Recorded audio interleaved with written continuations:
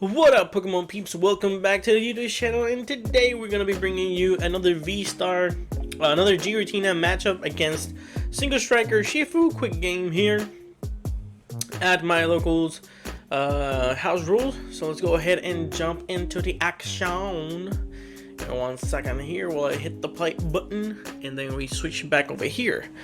And I forgot to hit it again. My bad. So there we go. We start our game with Cremora in the active. Not a good start, but what can you do? At least we have a VIP pass, so we can try to set up here. And we have this big chunky boy in the active, and I know that thinking of it here, I thought that my opponent was playing Lugia variant of the single of the single strike Urshifu, because that's where you see it most of the time. But no, this is a single strike Houndoom or Houndour deck, straight up Houndooms or Houndours, however you're gonna call them. But not much we can do here. No cards in the lost zone, no switching cards, nothing. No energy per turn in the Giratina, which sucks a little bit, but what can we do?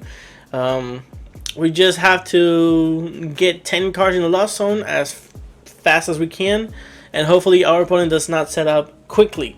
But as you can see here, he's going to search his deck for a Houndour. I think that's how you pronounce it. If I'm pronouncing it wrong, my bad.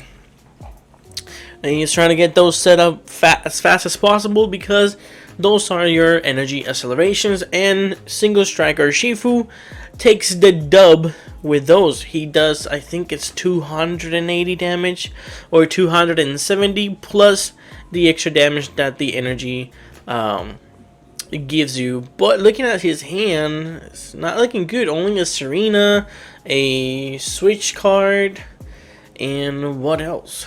I think he has a tower. Okay, so he got energy per turn, so that's pretty cool here. And then he go ahead and pass. Not using laser focus, but because I think he only has one fighting energy, so this doesn't matter. But he could have used it to shuffle the deck a little bit. Probably the next card could be a non-playable card. So if you would like shuffle the deck on this, then you get more like randomization. Second Nets Ball, I think we're gonna see if we can find Greninja if it's not price. And there it is. So we can draw more cards, and we can get cards in the discard pile. Not that we want them there, but what can you do? So it's better to have them in the discard pile than in the lost zone, and plus you kind of get to draw a little bit more cards. And no switcheroonies out of those ones. And we're just gonna slow start for us here. So, but I think my opponent is also having a slow start, discarding a I think that Peacock is, if it is a fighting energy, you attach it to one of your Pokemons, but you look at the top card of your deck and then just add it into your hand. It only does the extra attachment if it is fighting energy. But discarding the stadium, I would have left that stadium, save it a little bit more, because that way we can he can play it, and then he use the Tower of Darkness to draw at least 2 more cards. I don't know if he has more single strike cards in hand. If he has an energy in hand, which I think he doesn't, because we saw previous to this one that he didn't have any. But if we can't find ourselves another switching option, or a way to play another Colress, and we might be behind by a lot.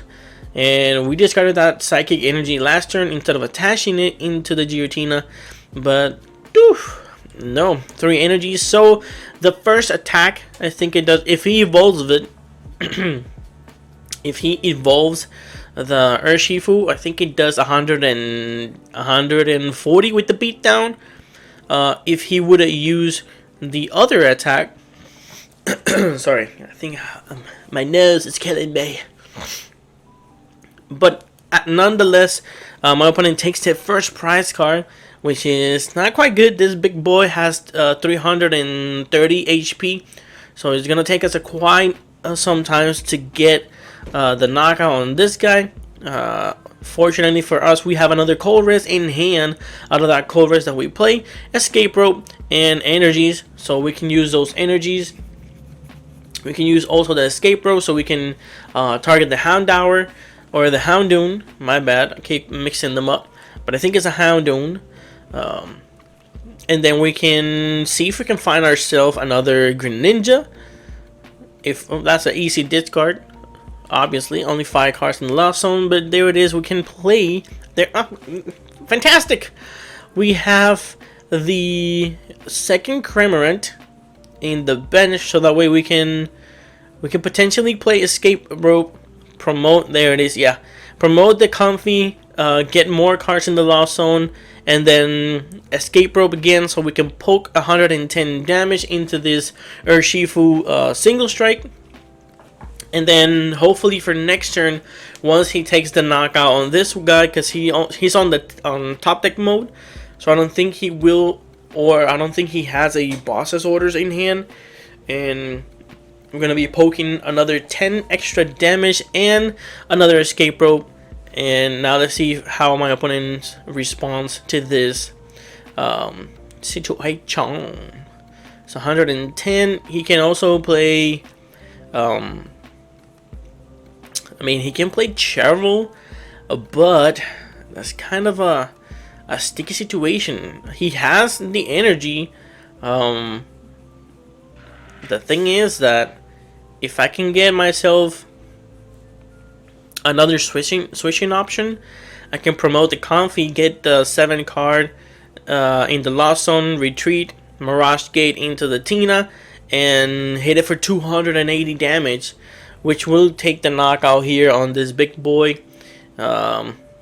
So yeah, and then he doesn't have another Houndoom setup.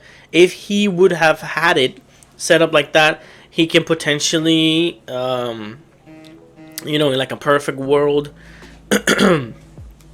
have the 2 Houndooms in the bench. Cheryl heal all the damage. Earn of Vitality, I think it is. Put 2 back into the deck. Attachment per turn.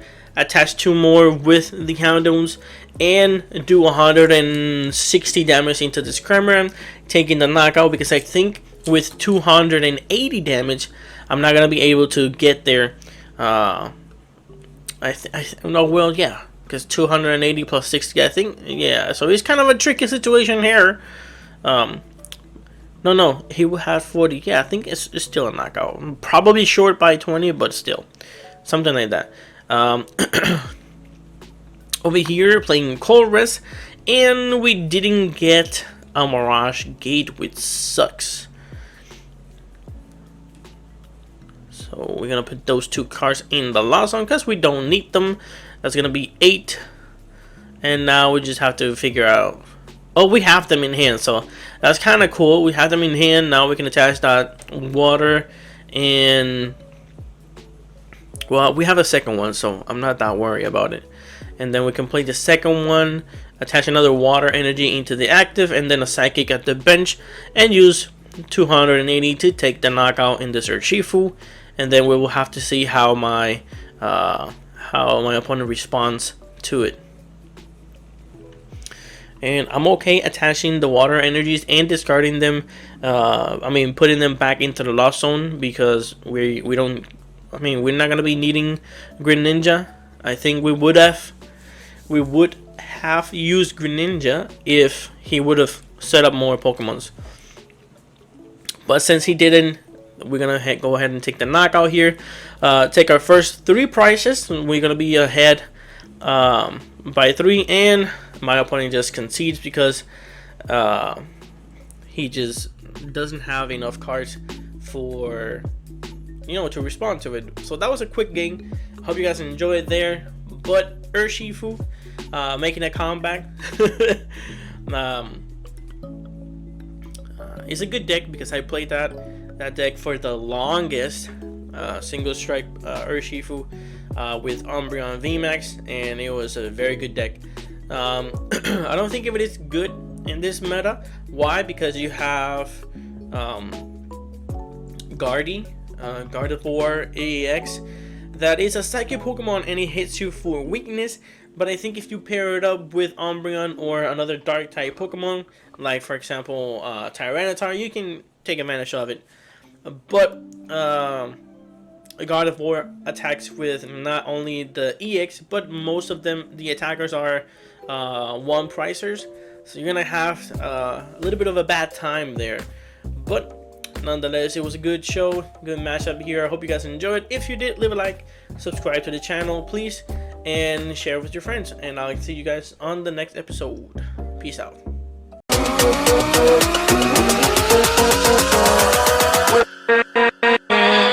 With